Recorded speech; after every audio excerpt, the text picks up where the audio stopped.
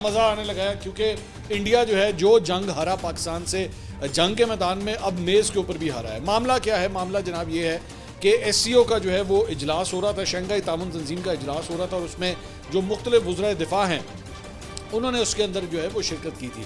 तो उसमें यहाँ से ख्वाजा आसिफ साहब भी जो है वो गए हुए थे और भारत के जो वज़ीर दिफा हैं राजनाथ सिंह उन्होंने भी शिरकत की है। अगर आप तस्वीर ये गौर से देखें उसमें इंटरेस्टिंग बात यह है कि सिर्फ भारत और पाकिस्तान के जो वज़राए दिफा हैं उन्होंने अपने ट्रेडिशनल यानी कि उन्होंने जो वज़ीर दिफा इंडिया के हैं उन्होंने वो तंग पजामा पहना हुआ है और पाकिस्तानी जो वज़ीर ख़ारजा हैं ख्वाजा आसिफ उन्होंने शलवार कमीज़ पहनी हुई है। तो अपने दोनों ने ट्रेडिशनल कपड़े जो हैं वो इस मीटिंग के अंदर पहने हुए थे। बहरहाल द पॉइंट इज़ असल जो कहानी है वो क्या है? असल कहानी ये है कि जनाब जो मुश्तरका एलामिया होता है हर कॉन्फ्रेंस के बाद, हर समिट के बाद, जब वो जारी होना था तो जनाब इंडिया ने कहा कि भाजी पहलगाम का बीच में जिक्र करें। पहलगाम जो है वो आपने ज़रूर बीच में डालना है, पहलगाम का जिक्र करें कि पहलगाम में ये हुआ तो पहलगाम में वो हुआ।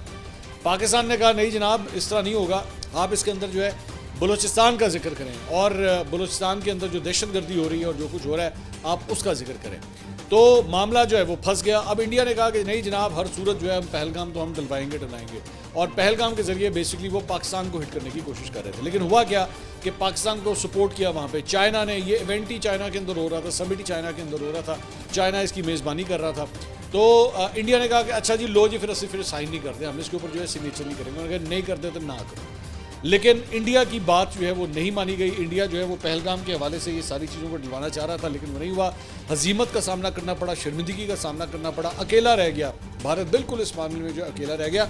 अभी तो इनको ये नहीं पता। एक और ख़बर भी मैं आपके साथ शेयर करता हूँ, वो ये है कि अगले महीने जो है वो भारत को एक और जो है वो बहुत बड़ा डोज मिलने वाला है और वो डोज इस तरह है कि पाकिस्तान को जो पाकिस्तान के मुस्तकिल मंदूब हैं सफ़ीर आसिम इफ्तिखार अहमद अक़वाम मुत्तहिदा के सेक्रेटरी जनरल अंतोनियो गुतेरेस से उनकी जो है वो गुतेरेस से उनकी मुलाकात हुई है और उन्होंने उन्होंने तस्दीक की है कि सलामती कौंसिल की सदारत जो है वो जुलाई के महीने में जो है वो पाकिस्तान को मिलने वाली है।